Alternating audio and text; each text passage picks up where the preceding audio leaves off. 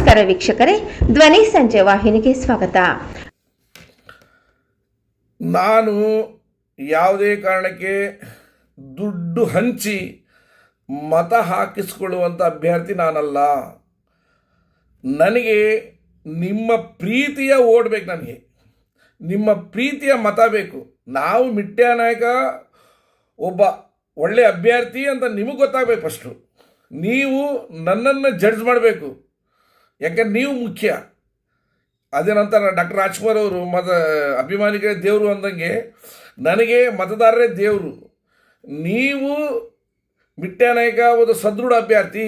ಮಿಟ್ಟ್ಯಾ ನಾಯಕನ ಗೆಲ್ಲಿಸಿದ್ರೆ ನಮಗೆ ಅಭಿವೃದ್ಧಿ ಕೆಲಸಗಳಾಗ್ತವೆ, ಪ್ರಗತಿಪರ ಕೆಲಸಗಳಾಗ್ತವೆ, ರಸ್ತೆ ಆಗ್ತವೆ, ಶಾಲೆಗೆ ಹೋಗುವ ಮಕ್ಕಳಿಗೆ ಅನುಕೂಲ ಆಗ್ತವೆ, ಮೂಲಭೂತ ಸೌಲಭ್ಯಗಳಿದ್ದಾವೆ, ಎಲ್ಲ ಕೂಡ ನಿಮ್ಮ ಮನೆ ಬಾಗಿಲಿಗೆ ಬರುತ್ತೆ. ಮಿಟ್ಟ್ಯಾ ನಾಯಕರು ಗೆಲ್ಲಿಸಿದ್ರೆ ಅಂತ ಹೇಳಿ ನಿಮ್ಮ ಮನೆಯಲ್ಲಿ ಇದ್ದರೆ ನೀವು ನನ್ನನ್ನು ಖಂಡಿತವಾಗಿ ಪ್ರತಿಯೊಬ್ಬರು ಕೂಡ ಬೂತ್ ಏಜೆಂಟು ಮತ್ತು ಮತದಾರರು ನಾವು ಎಲ್ಲ ಏನು ನಮ್ಮ ಬೂತ್ ಏಜೆಂಟ್ ಇದೆಯಲ್ಲ, ಎಲ್ಲರೂ ಬೂತ್ ಏಜೆಂಟ್ ಅಂತಾರೆ.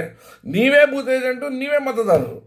ನಮ್ಮ ಹಿರಿಯೂರು ವಿಧಾನಸಭಾ ಕ್ಷೇತ್ರ ನಾನು ಹೇಳೋದು, ನಾವು ಎಷ್ಟು ಸಾಧ್ಯವಾಗುತ್ತೋ ಅಷ್ಟು ನಿಮಗೆ ಪಾಂಪ್ಲೆಟ್ ಮುಖಾಂತರ ವಿಷಯ ತಿಳಿಸ್ತೀವಿ, ಫೇಸ್ಬುಕ್ ಮುಖಾಂತರ ತಿಳಿಸ್ತೀವಿ, ಇನ್ಸ್ಟಾಗ್ರಾಮ್ ಮುಖಾಂತರ ತಿಳಿಸ್ತೀವಿ, ಇನ್ನೂ ಕೆಲವು ಈ ಸೋಷಿಯಲ್ ಮೀಡಿಯಾ ಮುಖಾಂತರ ನಿಮಗೆ ವಿಷಯ ತಿಳಿಸ್ತೀವಿ ಹೊರತು ನಾವು ಯಾವುದೇ ಕಾರಣಕ್ಕೆ ಹಣ ನಿಮ್ಮನ್ನು ಕೊಟ್ಟು ಗೆಲ್ಲುವಂಥ ಅಭ್ಯರ್ಥಿ ನಾನಲ್ಲ.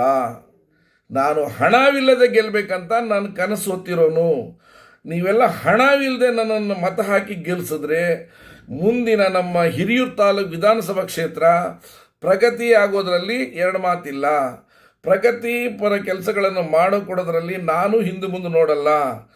ನನ್ನನ್ನು ಒಮ್ಮೆ ಗೆಲ್ಲಿಸಿ, ಯಾಕಂದರೆ ನಾನು ನನ್ನ ಈ ರಾಜ್ಯದ ರಾಜಕಾರಣಕ್ಕಿಂತ ರಾಷ್ಟ್ರದ ರಾಜಕಾರಣಕ್ಕೆ ಹೋಗ್ಬೇಕಂತ ಹೇಳಿ ನಾನು 2014-19 ನಾನು ಪಾರ್ಲಿಮೆಂಟಿಗೆ ನಿಂತಿರೋ ಅಭ್ಯರ್ಥಿ. ನಾನು ನೀವು ಅಂದ್ಕೊಂಡಂಗೆ ನಾನು ಸಾಮಾನ್ಯ ಅಭ್ಯರ್ಥಿ ಅಲ್ಲ. ನನ್ನದೇ ಆದಂಥ ಒಂದು ಅಭಿವೃದ್ಧಿ ಕೆಲಸಗಳು ಮಾಡಬೇಕಂತ ಕನಸು ಹೊತ್ತಿರೋ ಅಭ್ಯರ್ಥಿ ನಾನು. ನನಗೆ ಗೊತ್ತಿದೆ ಎಲ್ಲಿ ಕೇಳಿದ್ದೆ ಕೆಲಸಗಳಾಗ್ತವೆ ಅಂತ ಹೇಳಿ. ನಾವು ಸುಮ್ಮನೆ ಕೂತ್ಕೊಂಡ್ರೆ ಖಂಡಿತವಾಗಿ ನಮ್ಮ ಮನೆ ಹತ್ರ ಬಂದು ಯಾರೂ ಕೆಲಸ ಮಾಡಿಕೊಡಲ್ಲ. ಹಾಗಾಗಿ ತಾವುಗಳೆಲ್ಲ ಮನಸ್ಸು ಮಾಡಬೇಕು. ನನ್ನ ಹಿರಿಯೂರು ವಿಧಾನಸಭಾ ಕ್ಷೇತ್ರದ ನನ್ನ ಪ್ರೀತಿಯ ಮತದಾರ ಬಾಂಧವರು, ನೀವು ಧೈರ್ಯ ಮಾಡಿ, ನಾನಿದ್ದೀನಿ. ನಿಮಗೇನು ಕೆಲಸ ಬೇಕು ನನಗೆ ಬಂದು ಕೇಳಿ. ಆದರೆ ದಯವಿಟ್ಟು ಕೈ ಮುಗಿದು ಕೇಳ್ಕೊತೀನಿ, ಬೇರೆ ಊರವರಿಗೆ ದಯವಿಟ್ಟು ಗೆಲ್ಲಿಸಬೇಡಿ. ಬೇರೆ ಊರವ್ರು ಬರ್ತಾರೆ, ನಾನು ಅದು ಮಾಡಿಕೊಡ್ತೀನಿ, ಇದು ಮಾಡಿಕೊಡ್ತೀನಿ, 24 ಗಂಟೆಯಲ್ಲಿ ನಿಮ್ಗೇನು ಬೇಕು ಎಲ್ಲ ಕೆಲಸ ಮಾಡಿಕೊಡ್ತೀನಿ ಅಂತ ಹೇಳ್ತಾರೆ. ಖಂಡಿತವಾಗಿ ಅವ್ರ ಹಿಂದೆ ಬೀಳಬೇಡಿ, ಅವ್ರ ಹಿಂದೆ ಅಲಿಬೇಡಿ. ಅಲ್ದು ಸುಸ್ತಾಗಿ ತಮ್ಮ ಕೆಲಸನೂ ಆಗಲ್ಲ. ಎಲ್ಲಿ ಹೋದ್ರೂ ಇವತ್ತು ಶೇಕಡವಾರು ಅಂತ ಹೇಳಿ ಇಡೀ ಹಿರಿಯೂರು ತಾಲೂಕಲ್ಲಿ ಕಚೇರಿಗಳಲ್ಲಿ ಅಲ್ಲಿ ಇಲ್ಲಿ ಎಲ್ಲ ದುಡ್ಡು ಕೊಡಬೇಕು, ಲಂಚ ಅಂತ ಹೇಳ್ಬಿಟ್ಟು ಎಲ್ಲ ಕೇಳಿದ್ದೀರಿ. ಒಂದು ಹೇಳ್ತೀನಿ, ನನ್ನ ಅಧಿಕಾರದಲ್ಲಿ ನನ್ನ ವಿಧಾನಸಭಾ ಕ್ಷೇತ್ರದ ಒಬ್ಬ ಸಿಂಗಲ್ ಅಭ್ಯರ್ಥಿ ಹತ್ರ ಕೂಡ ಲಂಚ ಕೊಡೋಕ್ಕೆ ಬಿಡಲ್ಲ. ನಾನು ಸಿಂಗಲ್ ಒಬ್ಬ ಮತದಾರನ ಹತ್ರ ಕೂಡ ಲಂಚ ಕೊಡೋಕ್ಕೆ ಬಿಡಲ್ಲ. ಇದನ್ನು ಬರ್ಕೊಡ್ತೀನಿ, ನಾನು ಚಾಪಕಾಗದಲ್ಲಿ ಬರ್ಕೊಡ್ತೀನಿ. ಲಂಚವಿಲ್ಲದೆ ಕೆಲಸ ಮಾಡಿಸ್ತೀನಿ. ನಿಮ್ಮದೆಲ್ಲ ಏನೇ ಕೆಲಸ ಇರಲಿ, ನಿಮ್ದು ಯಾವುದೇ ಕೆಲಸ ಇರಲಿ, ನಾನು ನನ್ನ ಜವಾಬ್ದಾರಿ ಅದು ಮಾಡಿಕೊಡೋ ಜವಾಬ್ದಾರಿ ನಂದು. ಹಾಗಾಗಿ ನನ್ನನ್ನು ನಂಬಿ ನೀವು, ನಾನು ನಿಮ್ಮನ್ನು ಕೈ ಮುಗಿದು ಕೇಳ್ಕೋದು ಅಷ್ಟೇ. ನೀವು ನನ್ನನ್ನು ನಂಬಿ ಮಿಟ್ಟ್ಯಾ ನಾಯಕನ ಗೆಲ್ಲಿಸಿದ್ರೆ ಕೆಲಸಗಳು ಆಗ್ತವೆ ಅನ್ನೋ ಒಂದು ಭಾವನೆ ನಿಮ್ಮಲ್ಲಿ ಮೂಡಲಿ. ಯಾಕಾಗಲ್ಲ ಕೆಲಸಗಳು? ಯಾಕಾಗಲ್ಲ? ನಾನು ನಿಮ್ಮನ್ನು ನಂಬ್ತೀನಿ, ನೀವು ನನ್ನನ್ನು ನಂಬಿ. ಡಾಕ್ಟರ್ ರಾಜ್ಕುಮಾರ್ ಒಂದು ಹಾಡಿದೆ, ದುಡಿಮೆಯ ನಂಬಿ ಬದುಕು, ಅದರಲ್ಲಿ ದೇವರ ಹುಡುಕು, ಬಾಳಲ್ಲಿ ಬರುವುದು ಬೆಳಕು ಅಂತ ಹೇಳಿ ಡಾಕ್ಟರ್ ರಾಜ್ಕುಮಾರ್ದು ಬಂಗಾರದ ಮನುಷ್ಯ ಹಾಡಲ್ಲಿದೆ. ಹಾಗೆ ನನ್ನನ್ನು ನಂಬಿ, ನಾನು ನಿಮ್ಮನ್ನು ನಂಬ್ತೀನಿ. ಯಾಕೆ ಅಭಿವೃದ್ಧಿ ಆಗಲ್ಲ ನೋಡೋಣ. ಸಕ್ಕರೆ ಕಾರ್ಖಾನೆ ಯಾಕೆ ಓಪನ್ ಆಗಲ್ಲ? 5,300 ಕೋಟಿ ಬಿಡುಗಡೆ ಮಾಡ್ತೀವಂತ ಹೇಳಿ ಪ್ರತಿ ಸಲ ಬಜೆಟಲ್ಲಿ ಕೇಂದ್ರ ಸರ್ಕಾರ ಮಂಡನೆ ಮಾಡುತ್ತೆ ಅಷ್ಟೇ, ಆದರೆ ಬಿಡುಗಡೆಗೊಳಿಸ್ತಿಲ್ಲ. ಅದನ್ನು ಕೇಳಿ ತರೋರು ಯಾರು? ಯಾರ ಕೈಲೂ ಆಗ್ತಾಯಿಲ್ಲ ತರಲಿಕ್ಕೆ. ತರಬಹುದು, ಅದಕ್ಕೆ ದಾರಿಗಳಿದ್ದಾವೆ. ಆದರೆ ಇವ್ರ ಕೈಲಿ ಯಾರ ಕೈಲೂ ತರೋಕ್ಕಾಗಲ್ಲ. ನಮ್ಮ ಶಾಸಕರಾಗಿರಲಿ, ನಮ್ಮ ಸಂಸದರಾಗಿರಲಿ, ಯಾಕೆಂದ್ರೆ ಯಾಕೆ ಹೇಳಿ, ಯಾಕೆ ತರ್ತಾ ಇಲ್ಲ ಅದು ಅರ್ಥ ಮಾಡ್ಕೊಳ್ಳಿ. ಅವರು ನಮ್ಮೂರವರಲ್ಲ, ಅವರು ನಮ್ಮೂರವರಲ್ಲ. ನಮ್ಮ ಚಿತ್ರದುರ್ಗ ಲೋಕಸಭಾ ಕ್ಷೇತ್ರದ ಮೊನ್ನೆ ಗೆದ್ದಂಥ ಗೋವಿಂದ ಕಾರಜೋಳರವರು ಅವರು ನಮ್ಮೂರವರಲ್ಲ. ಅವರು ಎಲ್ಲೇರು ಮುದುಗೋಳು, ಅವ್ರ ಊರುಗಳೇ ಗೊತ್ತಿಲ್ಲ. ಏನೋ ಮೋದಿಜಿಯವರ ಒಂದು ಅವರ ಮೋದಿಜಿಯವರ ನೋಡಿ ಮತ ಹಾಕಿರೋದು ಹೊರತು ಗೋವಿಂದ ಕಾರಜೋಳವ್ರು ನೋಡಿ ಯಾರೂ ಮತ ಹಾಕಿಲ್ಲ. ನಾನಂತೂ ಹಾಕೇ ಇಲ್ಲ. ನಾನು ಮೋದಿಜಿಯವ್ರು ನೋಡಿನೇ ಮತ ಹಾಕಿದ್ದು. ಇದು ನೇರವಾಗಿ ಹೇಳ್ತೀನಿ. ಮೋದಿಜಿಗೆ ಒಳ್ಳೇದಾಗಬೇಕು, ಮೋದಿಜಿ ಅಭಿವೃದ್ಧಿ ಕೆಲಸ ಮಾಡ್ತಾ ಇದ್ದಾರೆ. ಹಾಗಾಗಿ ನಾನು ಅವ್ರನ್ನ ಮೋದಿಜಿ ನೋಡಿ ಮತ ಹಾಕಿರೋ ಬಂಧುಗಳೇ ಅರ್ಥ ಮಾಡ್ಕೊಳ್ಳಿ. ಹಾಗಾಗಿ ದಯವಿಟ್ಟು ಬೇರೆ ಊರನ್ನ ಗೆಲ್ಲಿಸಬೇಡಿ, ನಮ್ಮನ್ನು ಗೆಲ್ಲಿಸಿ. ನಾವು ನಿಮ್ಮ ಜೊತೆ ಸದಾ ಇರ್ತೀವಿ. ನಿಮ್ಮ ಪ್ರತಿಯೊಂದು ಕುಂದುಕೊರತೆ ಏನೇ ಇರಲಿ ಅದನ್ನು ನೀಗಿಸೋ ಜವಾಬ್ದಾರಿ ನಂದಿದೆ. ನಾನು ಸಾಮಾನ್ಯ ವ್ಯಕ್ತಿ ಅಂತ ಅಂದ್ಕೋಬೇಡಿ. ನಾನು ಪಕ್ಕಾ ಹೋರಾಟಗಾರ, ಯಾವುದಕ್ಕೂ ಬಿಡಲ್ಲ, ಆಗವ್ರಿಗೆ ಬಿಡಲ್ಲ ನಾನು ಕೆಲಸ. ಅಂಥವರು ನನಗೆ ಈ ರಾಜ್ಯದ ರಾಜಕಾರಣದಿಂದ ಕೇಂದ್ರದ ರಾಜಕಾರಣ, ದಿಲ್ಲಿ ರಾಜಕಾರಣದವರೆಗೂ ಕೆಲವರು ಬೆರಳಿ ಎಣಿಕೆ ಎಷ್ಟು ಜನ ಗೊತ್ತಿದ್ದಾರೆ. ಕೆಲಸ ಮಾಡಬೇಕಾದ್ರೆ ಗೊತ್ತಿರಲೇಬೇಕಂತ ಏನಿಲ್ಲ, ಕೆಲಸ ಗೊತ್ತಿದ್ರೆ ಸಾಕು. ಈ ಕೆಲಸ ಮಾಡೋಣ ಅನ್ನೋ ಒಂದು ಭಾವನೆ ನಮ್ಮಲ್ಲಿರಬೇಕು.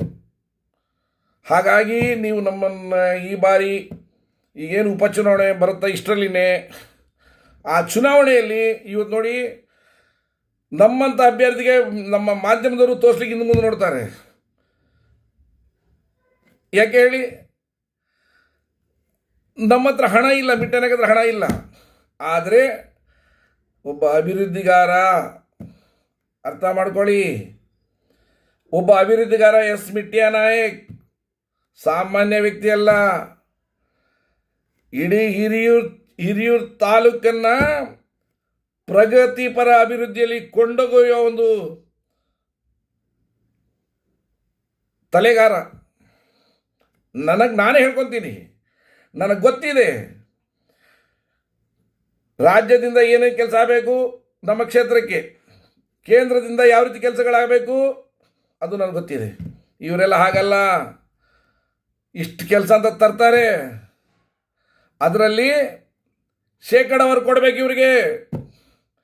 ಶೇಕಡಾವಾರು ಲೂಟಿ ಮಾಡಕ್ಕೆ ಬರ್ತಾರೆ. ನಮ್ಮ ಕ್ಷೇತ್ರ ಲೂಟಿ ಮಾಡ್ಕೊಂಡು ಓಡೋಗ್ತಾರೆ. ಅವ್ರಿಗೆ ಗೊತ್ತೇ ಇಲ್ಲ. ಹಿಂದೆ ಆಳಿದಂತಹ 15 ವರ್ಷ ಶಾಸಕರಾಗಿದ್ದಂಥವರು ಈಗ ನಮ್ಮ TB ಸರ್ಕಲಿಂದ ತಾಲೂಕು ಆಫೀಸವರೆಗೂ ಕೆಲಸ. ಈಗ ರಸ್ತೆ 15 ವರ್ಷ ಬಿಟ್ಟು ಈಗ ರಸ್ತೆ. ಹೀಗೆ ಶುಗರ್ ಫ್ಯಾಕ್ಟ್ರಿಗೆ ತಿರುಗಿ ನೋಡೋರಿಲ್ಲ. 2022ರಲ್ಲಿ ಮಾರಿಕಣಿವೆ ಡ್ಯಾಮ್ ತುಂಬಿದ್ದು ಬಂಧುಗಳೇ ಅರ್ಥ ಮಾಡ್ಕೊಳ್ಳಿ. 2022ರಲ್ಲಿ ಮಾರಿಕಣಿವೆ ಕೆರೆ ಕೋಡಿ ಬಿದ್ದಿದ್ದು. ಇಷ್ಟೊತ್ತಿಗೆ ಶುಗರ್ ಫ್ಯಾಕ್ಟ್ರಿ ಓಪನ್ ಮಾಡ್ಬೋದಾಗಿತ್ತು. ಕಾಳಜಿ ಯಾರಿಗಿದೆ ಸ್ವಾಮಿ? ಯಾರಿಗಿದೆ? ನನಗೆ ಯಾಕೆ ಬೇಕು ಅಂತಾರೆ, ಬೇರೆ ಕೆಲಸಗಳನ್ನ ಹಾಕೊಂಬರ್ತಾರೆ. ದಯವಿಟ್ಟು ಕೈ ಮುಗಿದು ಕೇಳ್ಕೊತೀನಿ ಮತ್ತೊಮ್ಮೆ, ಸಕ್ಕರೆ ಕಾರ್ಖಾನೆ ಓಪನ್ ಮಾಡೋ ಕರ್ತವ್ಯ ನಮ್ಮದು. ಮತ್ತು ನನ್ನ ಹಿರಿಯೂರು ತಾಲೂಕಲ್ಲಿ ಇರುವಂತಹ ವಿದ್ಯಾರ್ಥಿ ಸಮೂಹ, ಉದ್ಯೋಗಾಕಾಂಕ್ಷಿಗಳಿಗೆ ಉದ್ಯೋಗ ಸಿಗೋ ಹಾಗೆ ಮಾಡೋದು ನಮ್ಮ ಕರ್ತವ್ಯ. ಹಿರಿಯೂರು ತಾಲೂಕಿನ ಸಕ್ಕರೆ ಕಾರ್ಖಾನೆ ಪ್ರಾರಂಭವಾದರೆ ಸಾವಿರಾರು ಜನಕ್ಕೆ ಉದ್ಯೋಗ ಆಗುತ್ತೆ. ಸಾವಿರಾರು ಜನ ಉದ್ಯೋಗಾಕಾಂಕ್ಷಿಗಳಿಗೆ ಉದ್ಯೋಗ ಆಗುತ್ತೆ. ಅರ್ಥ ಮಾಡ್ಕೊಳ್ಳಿ. ಇದನ್ನು ಯಾರೂ ಮಾಡಲ್ಲ. ಇಷ್ಟು ಎಲ್ಲರಿಗೂ ಪರ್ಸೆಂಟೇಜ್ ಹೋಗಬೇಕು. ಆದರೆ ನಾನು ಗೆಲ್ಸಿದ್ರೆ ಯಾವ ಪರ್ಸೆಂಟೇಜು ಬೇಡ ನಮಗೆ. ನಾನು ಗೆಲ್ಸಿದ್ರೆ ನಿಮ್ಗೆ ಪರ್ಸೆಂಟೇಜೇ ಬೇಡ ಯಾರ್ದು. ಅದು ನನಗೆ ಸರ್ಕಾರದಿಂದ, ನೀವು ಗೆಲ್ಸಿದ್ರೆ ನನ್ನ ಸರ್ಕಾರದಿಂದ ಸಂಬಳ ಕೊಡ್ತಾರೆ. ಬೇಕಾದ್ರೆ ವಿಧಾನಸೌಧಕ್ಕೆ ಬಸ್ಸಲ್ಲಿ ಹೋಗಿ ಬರೋಣ. ವಿಧಾನಸೌಧ ಬಸ್ಸಲ್ಲಿ ಹೋಗಿ, ಬಸ್ಸಲ್ಲಿ ಒಂದು ಟಿಕೆಟ್ ನಮಗೆ ಅಂತ ಒಂದು ಸೀಟ್ ಇರುತ್ತೆ. ಬಸ್ ಇಳಿದ ತಕ್ಷಣ ಆಟೋಗೆ ನಾವು ವಿಧಾನಸೌಧಕ್ಕೆ ಹೋಗ್ಬೋದು, ನಮ್ಮ ಕೆಲಸ ನಾವು ಮಾಡ್ಕೊಂಬರ್ಬೋದು, ಅಥವಾ ನಾವು ಸ್ವಂತಾಗಿ ಏನಾದರೂ ನಮ್ಮ ಹತ್ರ ಕಾರ್ ಇದ್ದರೆ ಕಾರಲ್ಲಿ ಅಡ್ಡಾಡ್ಬೋದು. ಅದನ್ನು ಬಿಟ್ಟು ಬರೀ ಲೂಟಿ ಲೂಟಿ ಲೂಟಿ, ನಮ್ಮ ಕ್ಷೇತ್ರನ ಲೂಟಿ ಮಾಡಕ್ಕೆ ಹೊರಟಿರುವಂಥ ಹಿಂದಿನ ಶಾಸಕರಾಗಿರಲಿ, ಮುಂದೆ ಆಗಬಾರ್ದು, ಅವರು ಆಗಬಾರ್ದು, ಅವರು ಗೆಲ್ಲಬಾರ್ದು. ನೀವು ಅವ್ರಿಗೆ ಉತ್ತೇಜನ ಕೊಡಬೇಡಿ. ಯಾರನ್ನ ಗೆಲ್ಲಿಸ್ಬೇಕು ಅಂತ ಹೇಳಿ ಯೋಚನೆ ಮಾಡಿ ನೀವು ಮತ ಹಾಕಿ ಬಂಧುಗಳೇ. ಮಿಟ್ಯಾನಾಯಕ ಒಬ್ಬ ಸದೃಢ ಅಭ್ಯರ್ಥಿ ಅಂತ ನಿಮಗೆ ಗೊತ್ತಾದರೆ ನನಗೆ ಖಂಡಿತವಾಗಿ ಮತ ಕೊಟ್ಟು ಗೆಲ್ಲಿಸಿ. ಇದು ಮೊಟ್ಟ ಮೊದಲನೇ ವಿಡಿಯೋ ಮಾಡ್ತಾ ಇರೋದು ನಾನು. ಯಾಕಂದರೆ ನಾನು ಕೆಲಸ ಮಾಡೋದ್ರಲ್ಲಿ ಹಿಂದೆ ಮುಂದೆ ನೋಡಲ್ಲ. ಆಮೇಲೆ ಯಾರ ಬಗ್ಗೆನೂ ನನಗೆ ದ್ವೇಷ ಇಲ್ಲ, ಯಾರ ಬಗ್ಗೆನೂ ಅಸೂಯೆ ಇಲ್ಲ.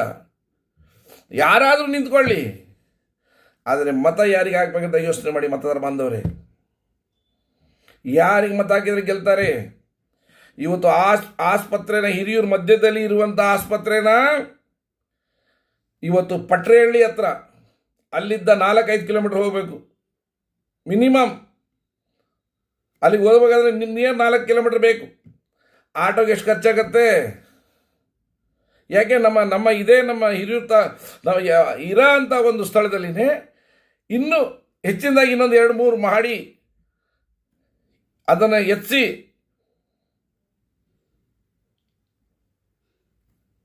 ಅದು ರೆಡಿ ಮಾಡೋಕ್ಕಾಗಲ್ವಾ?